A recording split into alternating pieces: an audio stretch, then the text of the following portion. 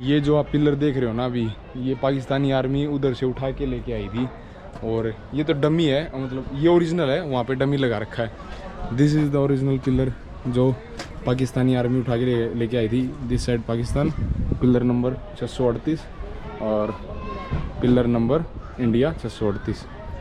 पहली कहानी है भारत पाकिस्तान सीमा में राजस्थान के एक छोटे से पोस्ट लोंगेवाला की और उस पोस्ट पर तैनात 120 मतवालों की, जो रेगिस्तान के वीराने में इस पोस्ट की निगरानी में तैनात थे, जहां दुश्मन की नजर डालने की गुंजाइश ना के बराबर थी। इसीलिए यहां चौकसी तो रहती थी, लेकिन अतिरिक्त तैयारी नहीं। भारतीय फौज का एक बड़ा हिस्सा भारत की पूर्वी सीमा से लगे ईस्ट पाकिस्तान में उलझा था और बाकी सेना जम्मू कश्मीर की सुरक्षा में लगी थी। पाकिस्तान ने सोचा अपने गिरेबान पर पकड़ ढीली करानी है तो कम तैनाती वाली सरहद से भारत में दाखिल हो जाए और इलाके पर कब्जा जमा ले, ताकि पूर्व की भरपाई पश्चिम में हो सके।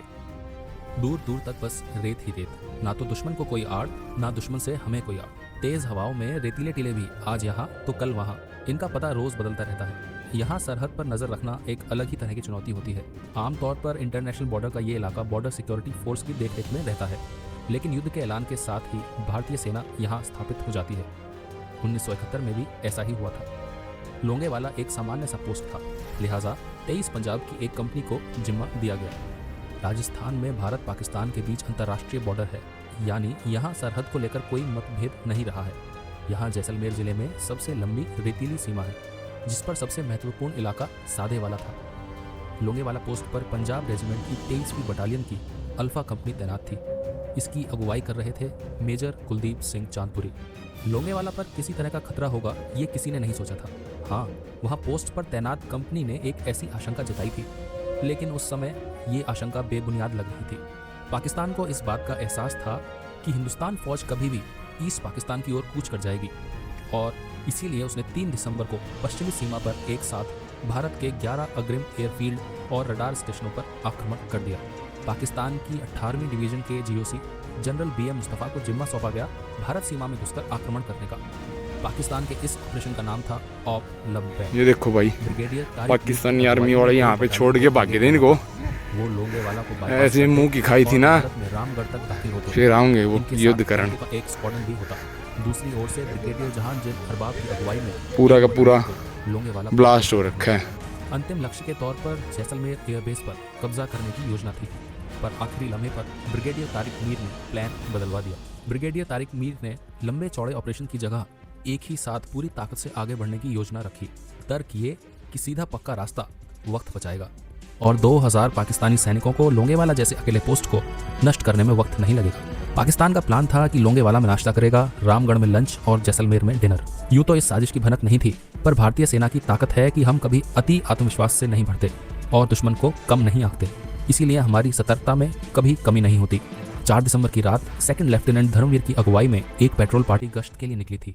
थार रेगिस्तान के सन्नाटे में उन्हें एक अजीब सी घरघराहट सुनाई दे रही थी। सेकंड लेफ्टिनेंट धर्मवीर ने फौरन अपने कमांडिंग अफसर मेजर मदद पहुंचाई भी जाए तो कैसे। फौरी मदद ना मिलने की सूरत में मेजर चांदपुरी के सामने 2 विकल्प रखे गए। मेजर कुलदीप चांदपुरी ने वो चुना जिसने दुनिया के सैन्य इतिहास में वीरता की परिभाषा ही बदल दी। ये एक कठिन फैसला था। सामने थे भारी भरकम हथियारों से लैस 2000 से अधिक पाकिस्तानी सैनिक, करीब 54 T-59 और शर्मन टैंक, और लोंगेवाला के अकेले पोस्ट पर कुल 120 सैनिक, एक जीप पर लगी रिकॉयलेस गन, एक मीडियम मशीन गन और 3 मोटार।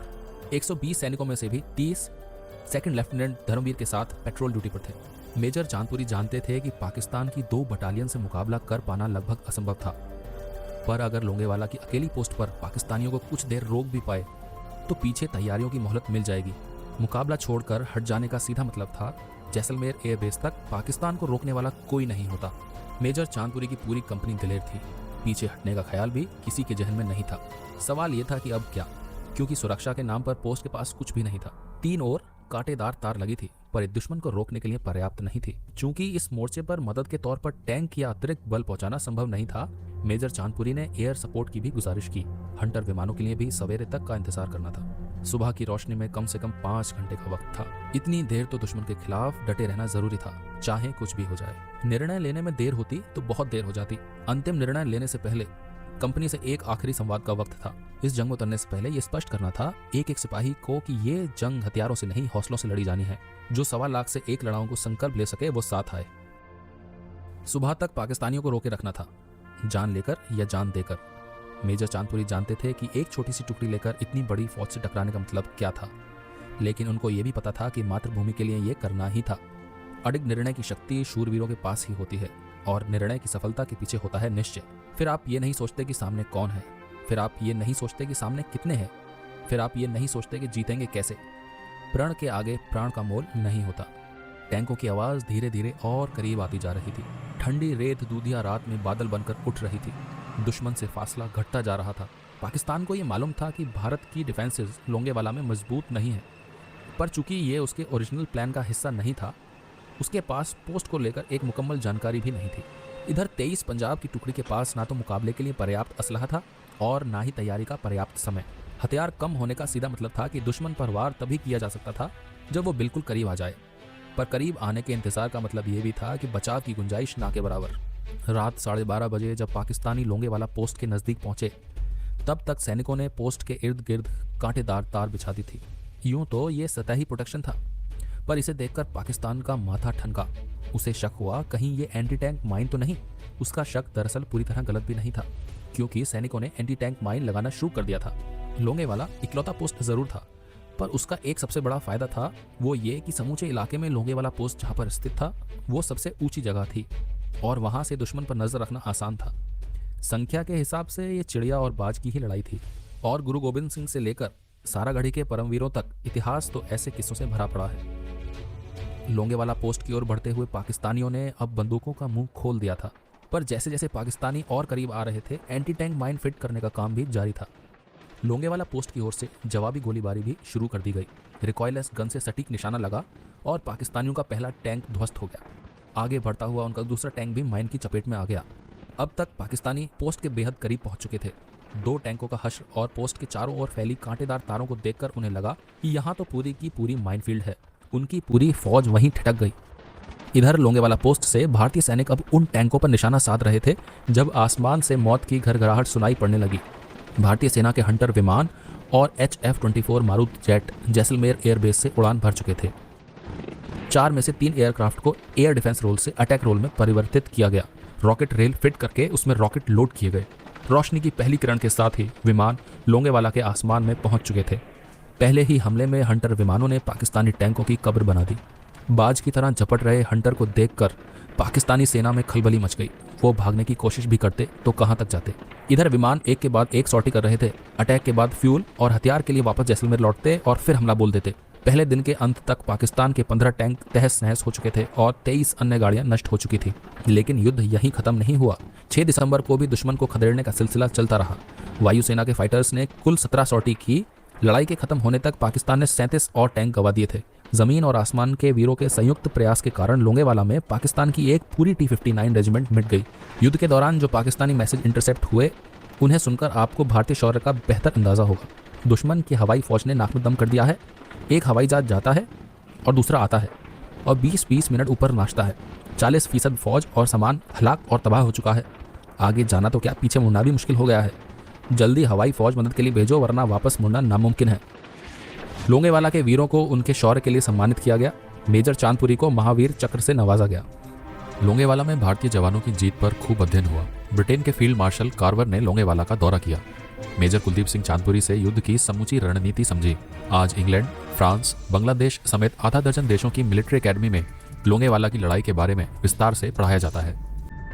लोंगेवाला की जीत केवल सैन्य बलों के लिए शिक्षा का विषय नहीं, वो तो आम लोगों के लिए भी मिसाल है कि हौसला हो तो विरोधी की शक्ति से फर्क नहीं पड़ता।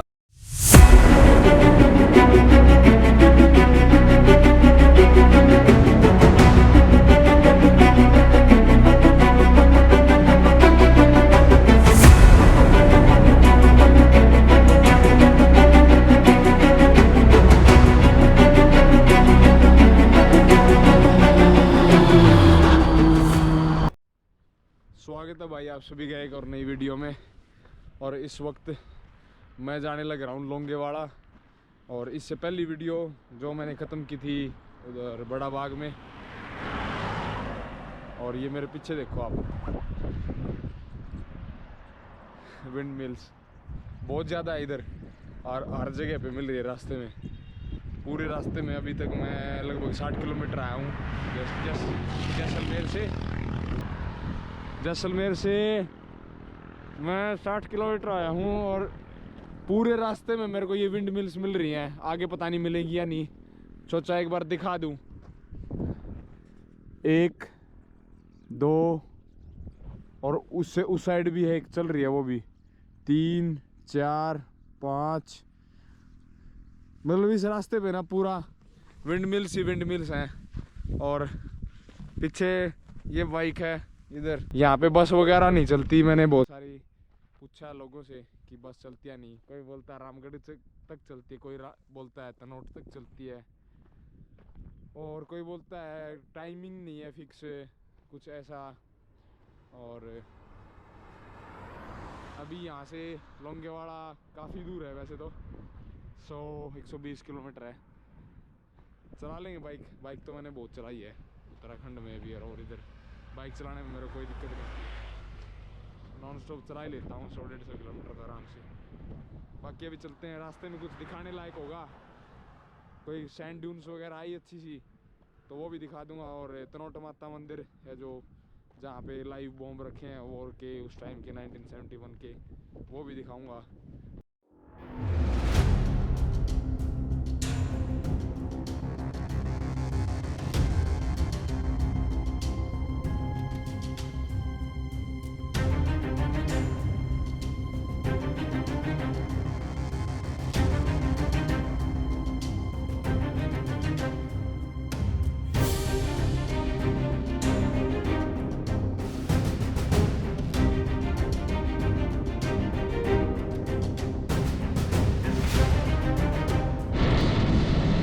मोड़ तो भाई बिल्कुल माउंटेन पास जैसा लग रहा है।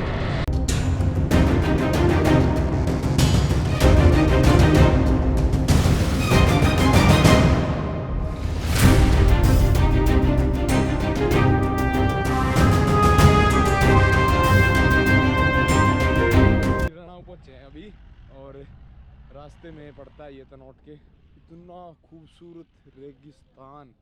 मैं एक बार ऊपर चढ़ जाऊं फिर दिखाऊंगा आपको पूरा व्यू।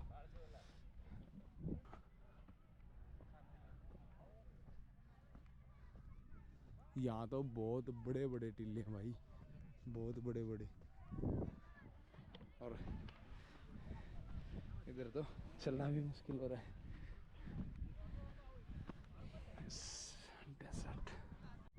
इधर भाई पॉल्यूशन भी है बहुत ज़्यादा। पता नहीं यहाँ क्या माइनिंग चल रही थी। उधर पीछे तो माइनिंग थी पूरी, और पूरे ट्रक भर के जा रहे थे रोडे के येलो सैंडस्टोन के। और इधर शायद रेगिस्तान है, इसी वजह से ये पूरा दूर तक है ना। उधर तो पूरा ये धुआं दिख रहा है, धूल है धुआं है पता नहीं क्या है। बाकी ये देखिए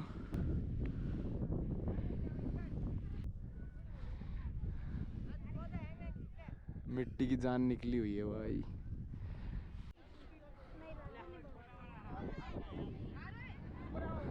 ये मत मानना ये खाली है, यहाँ पे बहुत ज़्यादा टूरिस्ट है। ये देख गुजराती। मैं बात कर रहा था किसी से और मैंने पूछा ना तभी, तो वो बोले कि गुजरातियों की दिवाली के बाद 10-15 दिन की छुट्टी हो जाती है और ये अपना सब बिजनेस सब बंद करके इधर राजस्थान आ जाते हैं घूमने। और सबसे बड़ी बात यहाँ पे गुजरात में दारू बैन है, तो लोग दारू पीने के लिए भी आते हैं गुजरात से स्पेशल राजस्थान छुट्टियाँ मनाने और दारू पीने।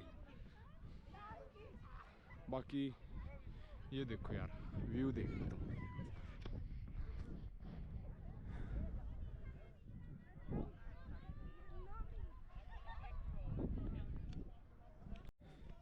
इससे पहले ना पूरे पेड़ थे, झाड़ी थी और पूरा वो था, लेकिन एकदम से ये मैं बोल रहा था ना पास सा आ गया इधर से एकदम।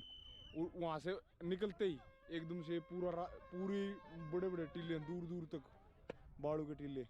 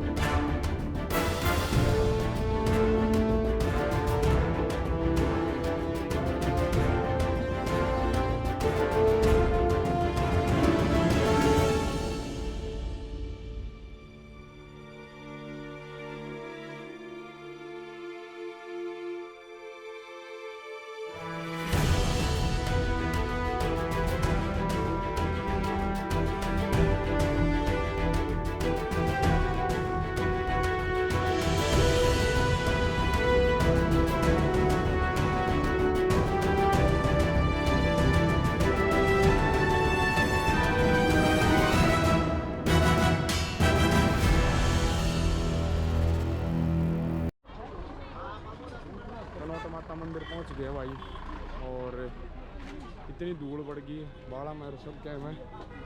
और इधर पेट्रोल पंप भी नहीं है, बाइक रेंट कर रखी है। इतना बड़ा टाउन बना रखा है इन्हें, इतनी भीड़ है गुजरातियों की, और इधर पेट्रोल पंप नहीं है। अभी यहाँ से ब्लैक में हमको पेट्रोल खरीदना पड़ेगा और उधर से फिर जाना पड़ेगा। बाकी देखते हैं, अगर अंदर कुछ कैमरा वैमरा अलाउड होगा ना तो ज़रूर दिखाऊंगा आपको। यहाँ की सबसे बड़ी समस्या राजस्थान यही है कि कैमरा देखते तो झपट्टे मारे हैं कि फीस दे दो कैमरा की 50 रुपये, 100 रुपये, कहीं 200 रुपये। ये है कुछ एंट्री इधर से, और भीड़ का आप अंदाज़ा लगा सकते हो कितनी भीड़ आई हुई है।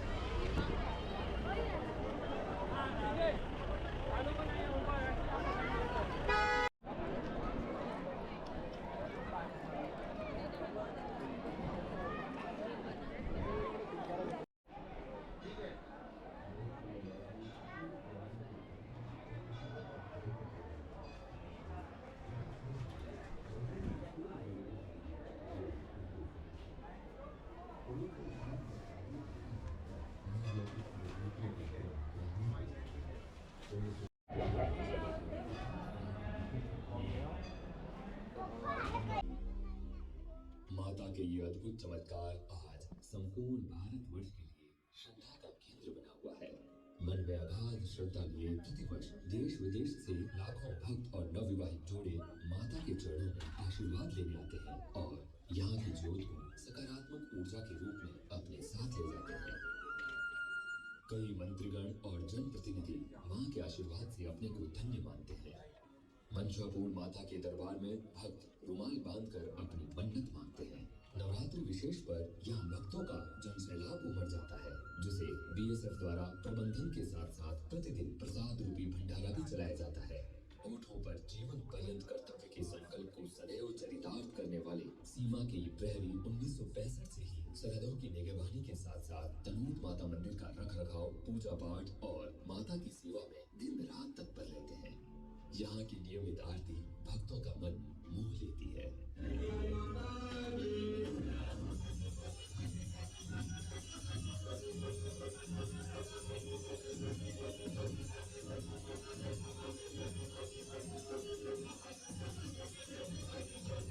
हम दिन चार रहे न रहे। जय हिंद।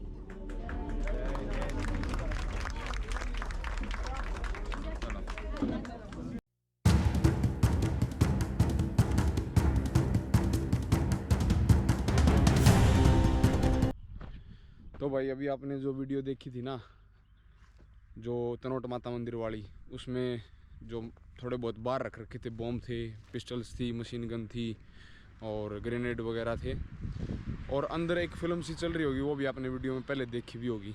मैं यहाँ से एक बार आपको दिखा दूँ, यहाँ से फैंस बिल्कुल पास में दिख रही हैं, और मुझे थोड़ा सा कैमरा चेंज करना पड़ेगा।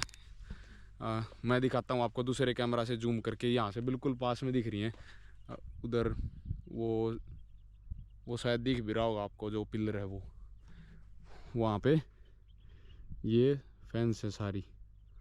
इसके उस साइड पाकिस्तान, देख लो कहाँ पहुँच गया।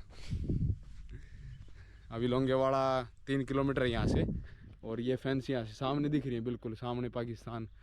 उधर पाकिस्तान रह गया, इस साइड इंडिया का टावर है, उस साइड पाकिस्तान का टावर है। बाकी उधर चल के जो भी होगा उधर देखने का वो देखेंगे और दिखाऊंगा आपको।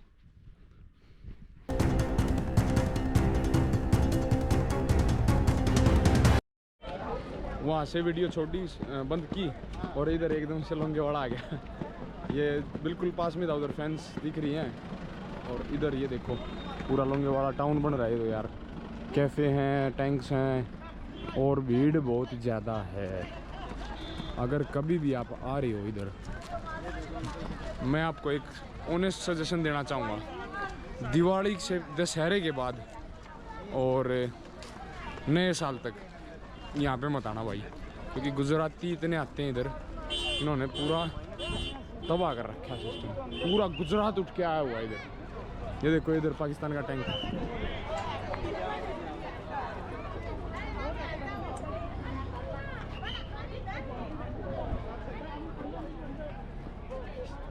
वॉर के टाइम का है।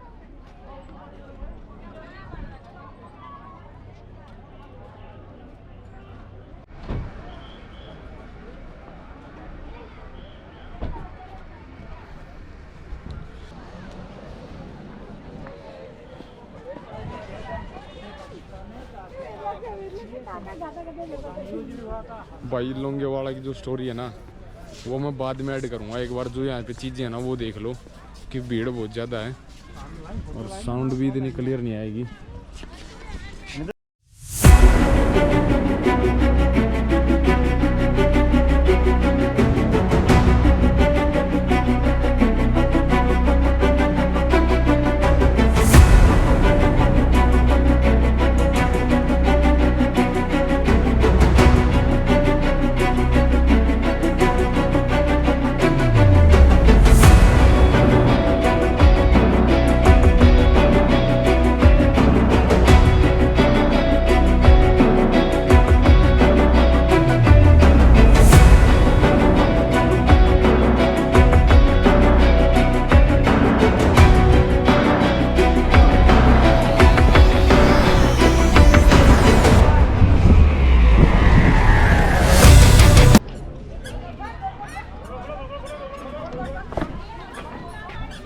अंदर से भी दिखा दिया टैंक कैसा होता है। अब अंदर तो इसके क्या घुसूं, जंग लगा पड़ा है पूरा टैंक। ऐसे ही रख रखे हैं, पुराने हो रखे हैं। उस साइड वो देखो उधर अंटर है, उधर लेके चलता हूँ आपको। ये इन जहाजों ने गेम चेंज किया था भाई, गेम चेंजर है ये।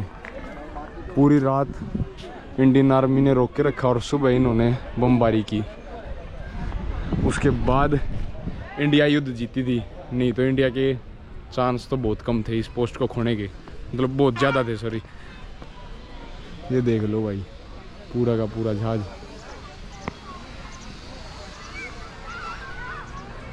अंटर बोलते हैं यहाँ, पता नहीं क्या बोलते हैं इसको, रुझान देख के बताता हूँ।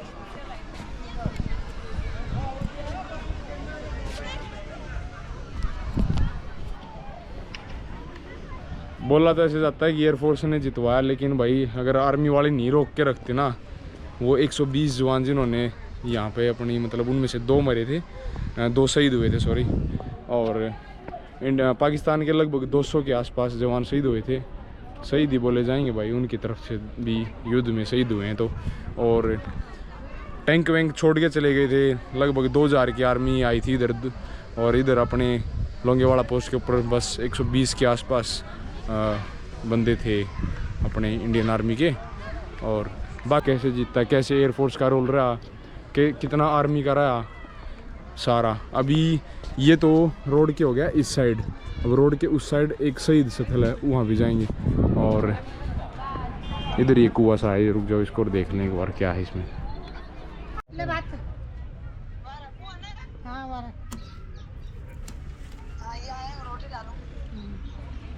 रात को रोटी नहीं खाएगा।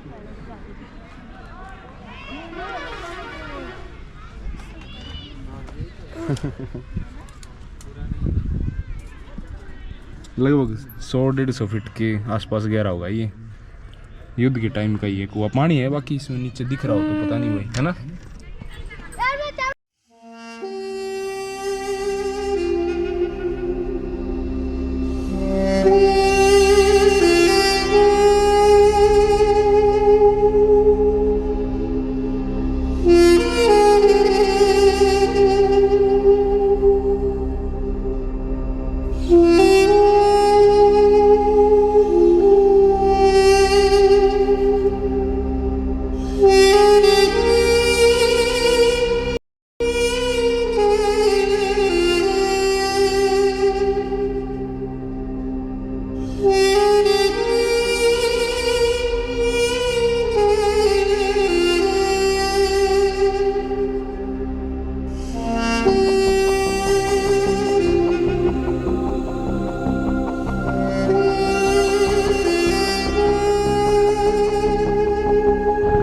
ये टैंक था भाई जो पाकिस्तानी आर्मी, और भी हैं शायद इस साइड और उस साइड है एक, ये बीच में रख रखा है इधर पूरे चौक के बीच में, और पाकिस्तान का झंडा बना रखा है उल्टा। छोटा सा टैंक है।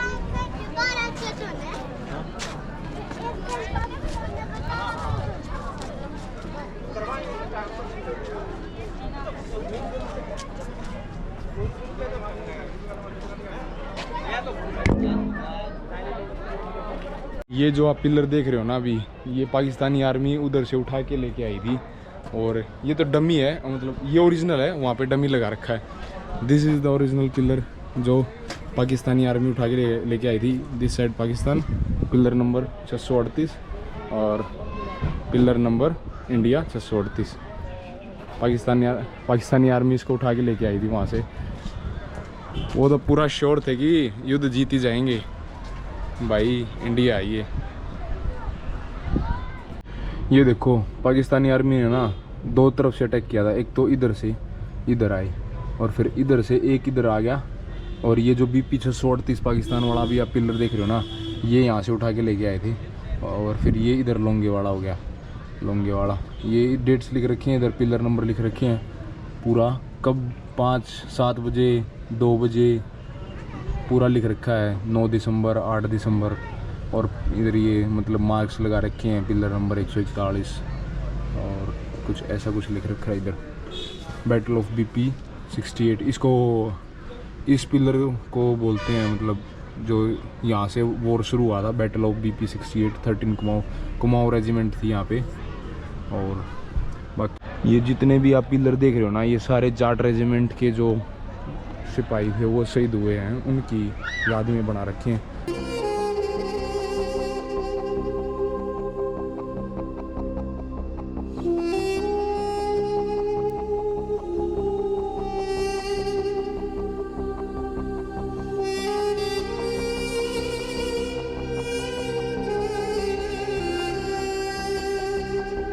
गोप्रो की बैटरी तो होगी डाउन, फ़ोन से वीडियो बना रहा हूँ अभी। और कुछ फ़ोटोज़ आपने अभी देखी भी होंगी। और अभी जो ओपन में टैंक छोड़ के भागे थे ना पाकिस्तान वाले, वो दिखा रहा हूँ। देखो इधर पीछे वो उधर जा भी रहे, रुक जाओ वहीं जाके दिखाता हूँ आपको। और जो वो बॉर्डर मूवी में देखते हो नाली बना रहा है, बंकर से बना रहे हैं, वो भी दिखाऊँगा आपको। इधर हैं वैसे की वैसे छोड़ रखे हैं। और यहाँ पे एक बैरिकेड सा लगा रखा है कि जब पाकिस्तानी आर्मी इधर आई थी तो इंडियन आर्मी ने लैंड माइन्स बिछा दिए थे ताकि टैंक्स हैं जो वो इधर ना आ पाए। और वो आज भी वहीं हैं, तो आर्मी उधर जाने नहीं देती, दूर दूर तक फैला हुआ एरिया बाकी। और उस साइड वो सामने फेंस दिख रहे हैं, इधर से थोड़े बहुत ही दिख रहे हैं बिल्कुल। बाकी ये देखो भाई, पाकिस्तानी आर्मी वाले यहाँ पे छोड़ के भागे थे इनको, ऐसे मुंह की खाई थी ना, फिर आऊँगे वो युद्ध करन। पूरा का पूरा ब्लास्ट हो रखा है, टायर वायर सब कुछ।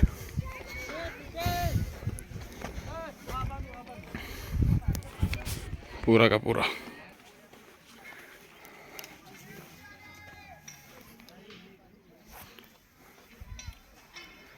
इधर भाई ऐसे जाना अलाउड तो है नहीं, बाकी मैं तो वापस जा रहा हूँ। इधर हैं लैंड माइन्स अभी भी वहीं जो पाकिस्तानी आर्मी के लिए बिछा रखी थी, वो अभी भी यहीं पे हैं। बैरिकेड सा लगा रखा है, इधर कोई जाने नहीं देता, अभी है नहीं बाकी कोई इधर। मैं वैसे भी जाके क्या करूँगा, टाइम हो रखा 5 का और शाम हो गई है, रात को पहुँचना है सैम। उधर एक दो टैंक और हैं। और वो जो जाकी बंकर सा नहीं होता जहाँ से मशीन गन चलाता था, वो दिखाऊंगा आपको।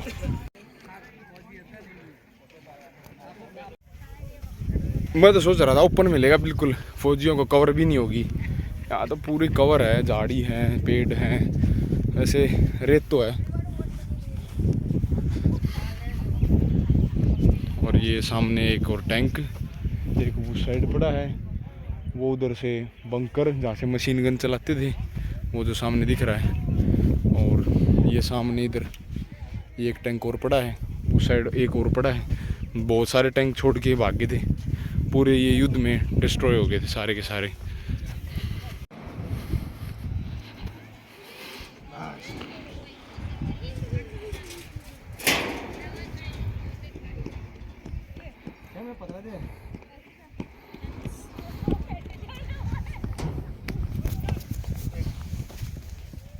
ये देखो भाई, जो मूवी में हम देखते हैं ना, वो बनाते हैं पूरी नाली सी जिसमें बैठ के युद्ध करते हैं। अभी तो इसमें रेत भर गया पूरा। और इधर ये बंकर सा, इधर से गोली चलाता होगा, छोटा सा बना रखा है। यहाँ से सीधी गोलियां।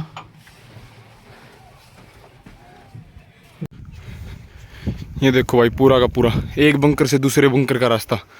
इधर ये इधर वाला बंकर, उधर वो आगे वाला बंकर, और ये इस साइड गया उससे आगे वाला बंकर।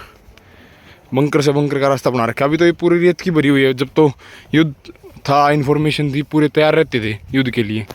अभी तो क्या यूज़ होगा, कभी युद्ध होगा आगे। असल मेरे को तो लगता है युद्ध होगा नहीं। बाकी फ्यूचर में भारत पाकिस्तान का युद्ध हुआ तो परिणाम सबको पता है क्या होगा।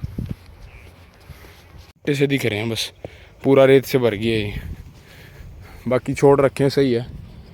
उधर वो सामने आप देखने लग रहे हो पाकिस्तान। पाकिस्तान बन गया भाई। पाकिस्तान क्या बन गया, बांग्लादेश बन गया 71 वॉर में। और इधर BSF वाले क्रिकेट खेल रहे हैं।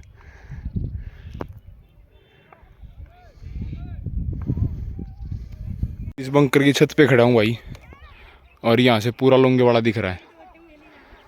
उधर वो क्रिकेट खेल रहे हैं, उधर वो रोड से उस साइड वाला वॉर मेमोरियल सारा का, उधर वो हंटर जहाज खड़ा है।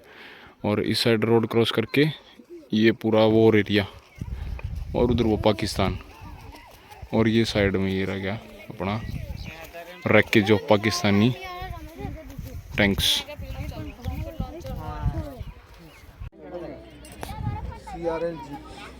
ये जीप थी भाई जिसने आज पाकिस्तानी आर्मी के छक्के छुड़ा दिए थे। और अभी तो इसकी हालत ख़राब हो रही है पूरा। गेम चेंजिंग जीप, टैंक पूरा। इस जीप ने पूरा गेम चेंज किया था लोंगेवाला बॉर्डर पर जो वार हुआ था उसमें।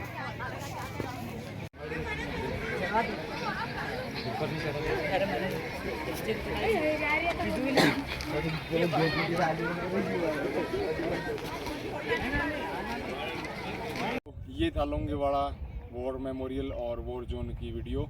अगर आपने ये वीडियो अच्छी लगी हो तो चैनल को प्लीज़ सब्सक्राइब करना। और अभी तक की राजस्थान की ट्रिप है जो, उसकी भी वीडियोस मैंने डाल चुका हूँ पहले 3-4 वीडियो। उनको भी अगर आपने एंजॉय किया तो please hit the like button and subscribe to my channel. और करते हैं इस वीडियो को यहीं ख़त्म।